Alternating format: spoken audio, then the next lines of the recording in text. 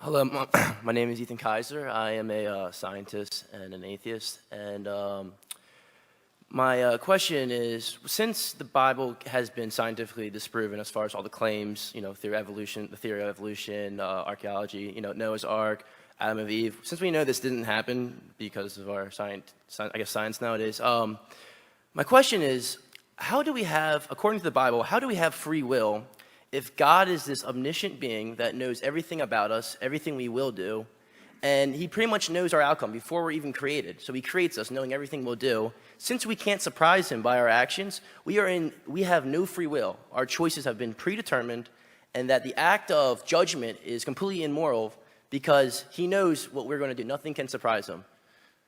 That's my question. Thank you for the question. And before you go into an auditorium, if you give a sheet of paper and ask us to write 20 possible questions, that'll come. We've never heard a new one in all of these years that go by. They're pretty much the same questions. It's interesting that you began by saying, as an atheist, all of this has been disproved, and so you live with scientific materialism as your worldview. I studied under John Polkinghorne at Cambridge University. You probably know the name. One of the world's leading quantum physicists who came to exactly the opposite conclusion you did, while being the dean at Queen's College, Cambridge, as a quantum physicist, taking the same data you did.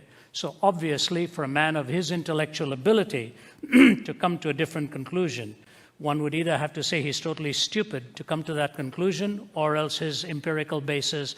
Please don't keep shaking your head. Let me finish so that you can come and talk afterwards. So allow us to concentrate what we're saying here. I want to read for you what David Berlinski says about the scientific naturalistic worldview. Do you know who he is? No.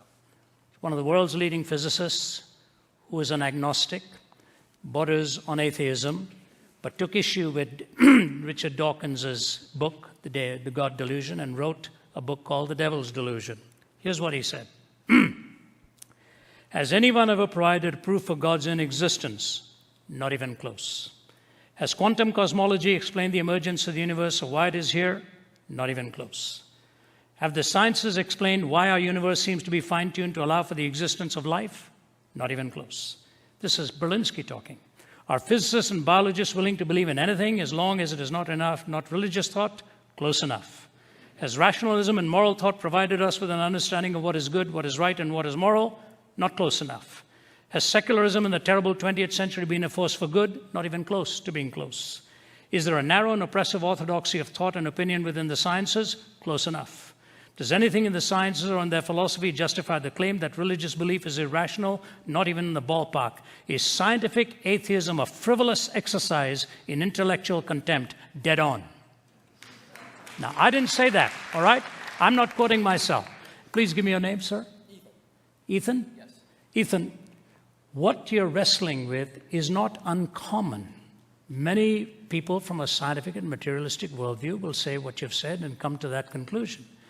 The problem is what you mispositioned was your concern between determinism and free will.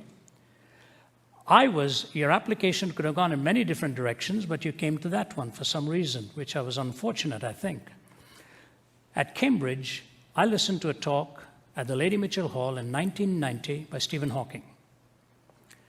As you know, he can't speak. He uses a speech synthesizer. His whole talk was on determinism and freedom. And you know what he concluded?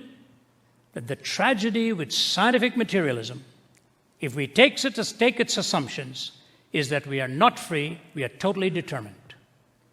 That was the world's leading physicist at that time saying, the very thing you're asking of the Christian faith, he pinned on your backs. As scientific materialists. You can go right online and trace it. Lady Mitchell Hall, 1990, somewhere around March, April, May, that time. I was in attendance. And he said, the only escape I have is since I don't know what has been determined, I may as well not be. The whole auditorium moaned and groaned with an escape hatch that he gave for himself after telling us that we were completely determined. That's Berlinski's issue. That is actually even what people like Dawkins will concede, or Pinker. You read Steven Pinker and the others. So totally determined. So the question is, were you free to ask this question? Yep. I don't believe any of us actually have free will because we are strictly material. So you're actually, as a machine automaton, asking me this question? We are all made up of our past experiences. Okay, but you're not free then. You're not free. You're not making a truth statement. My truth statement. I mean, what I'm saying is our memories and our states. No, hear me carefully. Okay. If you're totally determined, Yes. you're pre-wired to think the way you do. Nature versus nurture. Yes. Sorry? Nature versus nurture. Nature versus nurture. Yes. Regardless, the nurture may provide a different environment, but the nature is you're hardwired to come out with a certain conclusion. Out of flux, nothing but flux. You know, what you put into the computer, ultimately is going to come out. But you have to ask yourself, are you making a truth claim? If you are making a truth claim, you're rising above the bondage of total subjectivity. And the moment you claim a truth claim, you're violating determinism. And so I just leave you with that, and let's meet afterwards. Hey, Ethan, we want to chat with you. You know, you're the kind of guy we come here for. So afterwards, you come here and we'll chat with you. Come here, give me a shake hand. Bless you, brother. Thanks, buddy. Thank you.